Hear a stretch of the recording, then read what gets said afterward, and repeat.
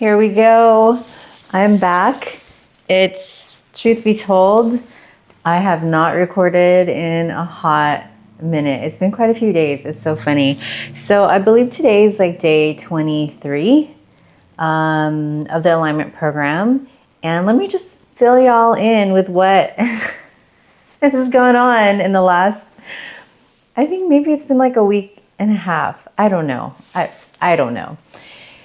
So here's what happened. I'm still on the practice. I'm still doing everything every day, except I missed one day completely. There was one day where I was just, my day was filled. I was doing work for the studio. I was making content. I was writing email. Like my whole day was filled. I don't know about anybody else who, makes content or, has a little business that they run, but like, when I have to write emails and do things like that, it actually takes me quite some time. And I don't mind it at all, but it just takes me time. So yeah, it took the whole day and I was like, I couldn't be bothered to doing anything else. But anyway, other than that, I've been doing the pillars of the alignment program, all 4 pillars. So the mind, the body, the heart, the spirit, like every day since then. It's been some variation of body has been working out for sure.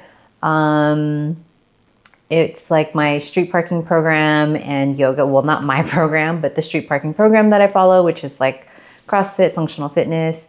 And like either maybe yoga if like my body needs a break. And then the mind has been either a form of like reading or breath work or EFT tapping to reprogram the mind. The heart has been just really sitting with my emotional landscape or giving love in some way, like to my animals, to Mother Earth, or the humanity, something like that. And then spirit has been some form of like meditation or self-Reiki, something along those lines. So it's always a variation of that. Some days I just do the same thing, which is totally fine. And so yeah, with recording, I realized I got a little in over my head with recording every day, loading everything up, getting everything in. Like, it was a good rhythm, but it was also like a lot to do. So I think that I went into self-protective mode and was like, girl, this is a lot that we're doing. We need to chill out. So that's exactly what happened. I honored that. I let it be the way that it was. But I'm also really grateful for it because it gave me time to really just be with this. I began to think about like my intention to do the alignment program myself, just me running it through, like not guiding anybody, not leading anybody through it, was for my own recalibration, right? Because right before I started, I had just closed out serving a few of my own like containers. And so holding space like deeply. And so I was like, okay, this is for my own recalibration. This is what I'm doing it. And man, that did not play. Like it has been for my own recalibration for sure. I got to really sit with like, why am I doing this? Like, why am I documenting this? What am I recording this for? And yes, it was a ping from the universe. The universe was like, you're going to do this round. You're going to record it yourself. You're going to show people what it's could be like to run through the program and just real life, like how it happens, which is great. I, let that kind of be. Like the last few years, I've learned to like, when the universe pings me, we listen. So yeah, that's exactly what I did. But what I started to like notice on the side that I would like look at the viewers. I would look at who'd seen it. Well, not who'd seen it, but just how many people have seen it. And the stories of like, oh, there's only been this many people or no one's looked at it. Or then I started telling these stories to myself, like, no one really cares. Like, what are you doing this for? And it was the thread that like I got to with that was like, am I doing this for some sort of validation or approval or acceptance of some sort, or what? And so it was a really big lesson in like blessing and releasing this whole experience. And so it's like it was learning a whole nother level of detachment. And in the time of like thinking about this or just kind of sitting with it as I've been moving through the program still, I believe what I'm going to do is going forward, I can't record every day. I can't post every day. Like it's a lot for me. And so I'll probably just record like once a week and load up once a week because to be honest, a lot of the days are kind of the same. And maybe I'll pop in a little bit more if there's like really notable like experiences. But I feel like once a week, I mean, there's technically only a few weeks left. What is today? April 9th. And then I think completion is on, I think the last day, if I'm remembering right, is on May 1st. So there's a few weeks left. So yeah, so I feel like that's what I'm going to do. I feel like that's what's going to serve more. And yeah, so that's going to be that. I do have a story that I want to share aside from, having been absent and not recording for a few days. There's recordings that I haven't even loaded up. Like they have been uploaded from this camera, but transferred onto my laptop, but has not made it to YouTube. And now I'm like, I don't even know if I'm going to load those up at this point. Anyway, I'll decide. Don't worry. Anyway, I wanted to share a story. I was in conversation with my mom like the other day. I was off of work and it was like a normal day off of work. Excuse me. And I had all of these plans for the things that I wanted to get done and do that day. And I ended up in a long conversation with my mom. We lived together. And so I ended up in a long conversation with her.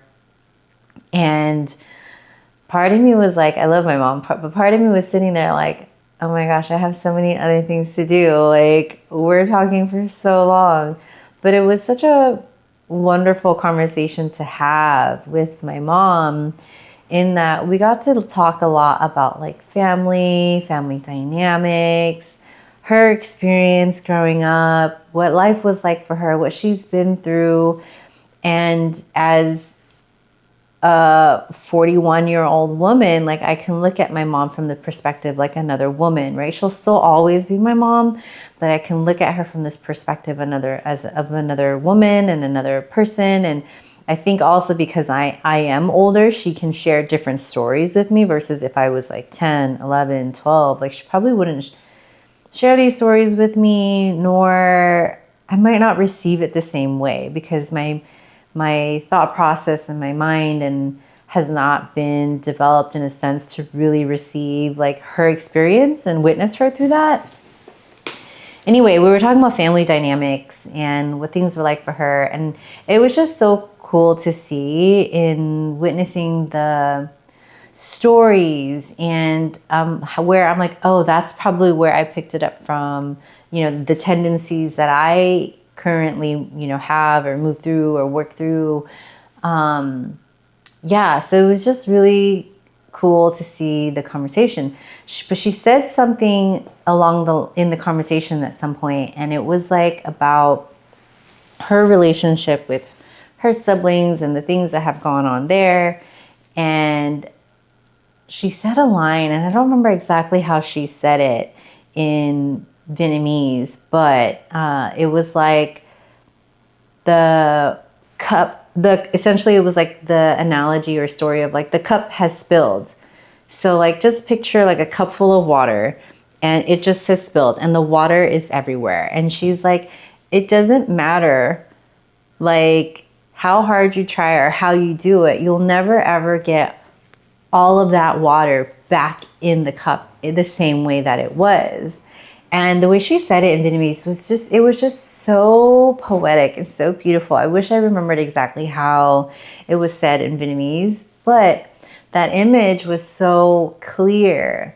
And I think to like, if we were ever, not ever, when we're doing like change work or things like that, like how much of it are we trying to put ourself back to completion or desperately trying to get all of the water back into the cup, and that's the way that it has to be, and that's when it'll be complete, and that's when it'll be full, when maybe it is just a point of accepting that, like, hey, the cup has spilled, the water has spilled, and it won't all come back into the cup, and maybe that's okay, and maybe that part doesn't have to go back into the cup, and it's more about what you choose to do with it now that the cup is upright again, you know? And maybe we can refill it with brand new water, coffee, tea, whatever it is that you like to drink.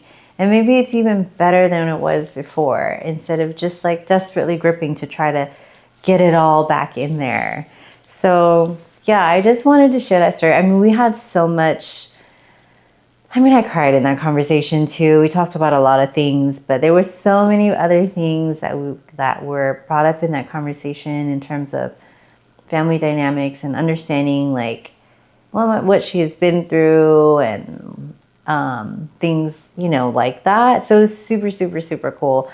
Maybe I'll share more in other parts, but yeah, I think that's what I wanted to share for now and leave you with that. And yeah, if you enjoyed being here, wherever this ends up landing, if it's on YouTube or whatever, like it would mean a lot to have you comment or say something, or yeah, but that's going to be it for today. So thanks for being here.